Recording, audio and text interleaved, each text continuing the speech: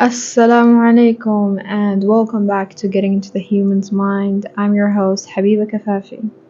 I hope everyone's doing well and easing gently into life after Ramadan. Honestly, I can't believe Ramadan is over up until now. It's the second week. But subhanAllah, honestly, I've been trying to live my days as if they're still Ramadan. Like, for instance, keeping up with my adhkar, staying close to the Quran, avoiding things that just distance me from Allah, like music, for instance, and making sure I instantly pray or just like pray on time.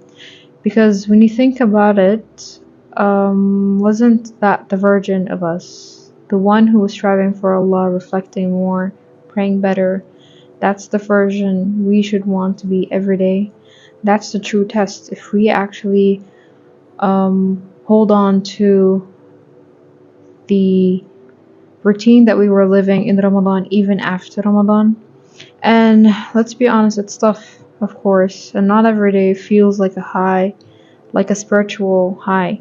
But I'm trying to remind myself and you that just because Ramadan is over, that connection with Allah shouldn't be over.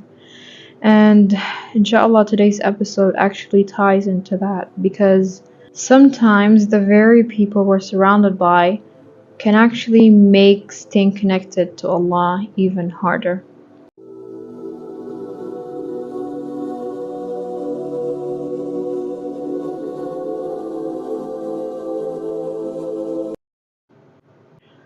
So let's talk about something that needs to be addressed. You know how we've been growing up hearing, or up until now, we've always heard the word ʿAib. ʿAib, you can't do that, or that's not how things are done. But have we ever actually paused and asked, wait, is it really haram? Or is it just culture talking, which is ʿAib? Growing up, many of us heard the word ʿAib more than we heard the word haram. It's almost like ʿAib carried the same way as an Islamic ruling. And let me just differentiate between the both. ʿAib means a culture, it's like it's culturally inappropriate, while haram is religiously prohibited. So there was a huge difference between them. So, for instance, ʿAib was used like ʿAib, for instance, girls shouldn't laugh too loud. Or in some households, you'd hear them saying ʿAib, a man shouldn't help it in the kitchen. Or ʿAib, you can't talk about certain topics openly. But who said that? Is it in the Quran? Is it in the Sunnah? The reality is Islam is truly yusr wa laysa usr. And we truly forget that it's ease, not hardship. So many of the things our communities label as religious are actually just cultural traditions. And when those cultural norms are treated as if they're from Islam, it confuses people. Many, for instance, like me. And it just grows more confusion into people, and they would live and they would get used to things, not doing them, just because they were taught or raised on the fact that it was ʿAib, but they never knew if it was actually religiously prohibited or not. And this, unfortunately, eventually makes the deen feel suffocating and rigid, when in reality, it's anything but that. Worse yet, this confusion causes some to distance themselves from Islam altogether. Not because they don't love Allah, but because they think being close to Him means giving up their personality, their happiness, or even their identity, when in truth, they're just running away from cultural expectations, which are masquerading as religion. Let's be real. Have you ever tried to do something for the sake of Allah, only for some to say, relax, don't be so uptight, or why are you acting like a sheikh or a sheikha?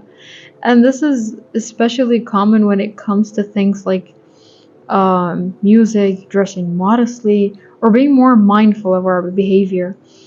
If someone says, I'm trying to stop listening to music, for instance, the response is often, you're too strict. Life is meant to be enjoyed. It's not that bad. Try to be, even there's this Egyptian term, try to be a bit farfoush, which is cheerful, and we often hear that a lot, that if you try to give up something, you're not farfoush, you're kaʻīb, for instance, and for girls especially, it's even more blatant. The moment a girl decides to wear a jilbab or abaya, or wraps her hijab a little bit differently, modestly, she's no longer farfusha. She's now too much. She's too serious, or she's too old. She's trying to look too old, because sometimes we connect that being modest is when you're old, or for instance, they would say you're too religious. But let me ask you this: since when did modesty mean you're boring? Or since when did modesty mean you're old? Or since when did being careful about your actions mean you're not fun? We've attached the idea of fun to worldly indulgence and made it seem like the more you avoid them, the less lively you are. And what's worse is the way the word religious is sometimes used. And I can't stress enough on that, because it's usually labeled as if it's a bad thing. People would say, oh, you've become too religious, as if being close to Allah is something shameful. But what does being too religious even mean? Isn't that what we're all supposed to be striving for? Honestly, for me, if anything, we should be proud of being called religious, because it means our hearts are attached to the one who created them. When we mock that, when we label it negatively, we're not just discouraging someone's growth, we're telling them that the dunya is more important than Jannah, that being accepted by people matters more than being loved by Allah.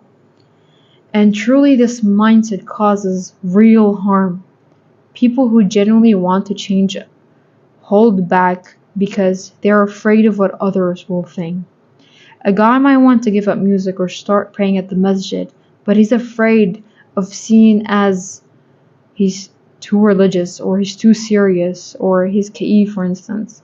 A girl might want to dress more modestly, but she hesitates because she doesn't want to be seen as, old or dull or boring or whatsoever.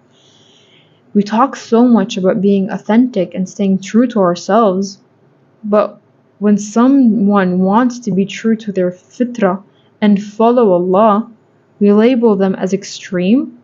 Why? Why do we make it so hard for people to come closer to their Lord?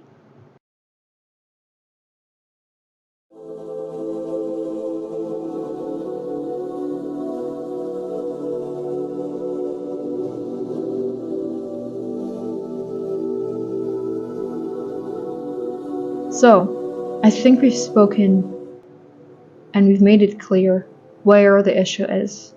So let's try to change or shift this narrative. How do we change this? It truly starts with us. It starts by not confusing culture with religion, and by not passing judgment based on appearances or personal choices. Someone choosing to be mindful of what they listen to, or how they dress, or how they speak isn't losing out. They're gaining nearness to Allah, and that's the ultimate gain. So let's stop throwing around labels like ʿAib or too religious, and start celebrating every step someone takes toward Allah. Let's create spaces where people can grow spiritually without fear of judgment. Let's be the kind of people that uplift and not discourage. So another time your friend or someone around you tells you that they're trying to give up something for the sake of Allah, or they're trying to gain closeness to Allah, try to comment like few encouraging words. Say, MashaAllah, may Allah brighten your path, or say few words that could encourage them. And even if you feel like Because honestly, I feel like people who usually would say, oh, you're too religious or you're too serious. To be honest, sorry, but I feel like that's coming out of insecurity. You're envious that that person is taking a step while you're struggling here to take that one step. So that's how it sounds, honestly, to me. So instead of doing that, just try to be more cheerful, try to be more encouraging and uplifting when someone informs you that they're trying to take a step toward Allah. And truly, this is something we need to really reflect on. Because how many people do we unintentionally push away from Allah just because of the words we use or the way we treat their choices? If you actually see, or if you actually realize, because we subconsciously do it, and it has a huge harmful effect, and it just lifts down people, and we do that unintentionally. So I ask you, what kind of environment are we creating for people who want to do better? Are we pulling them closer to Allah, or pushing them away with our labels and jokes? Let's think about that deeply. Anyways, I hope you guys benefited from this episode. I hope that kind of changed or shifted a narrative or an idea, or that idea if you had it in the first place, and kind of made more sense. Because honestly, I feel like that was a main confusion and kind of a debatable topic that had to be shed light onto. So if this episode resonated with you, I hope you share it with someone who needs to hear it. And make sure to follow me on Instagram on Getting to the Human's Mind, also on YouTube and Spotify, where you'll find my episodes. And let's start a conversation in the comments. Have you ever been labeled as too religious, perhaps, just because you were trying to choose your deen? I'd love to hear your stories, honestly. And yes, Jazakumullah khair for tuning in, and I'll see you in the next episode. Thank you.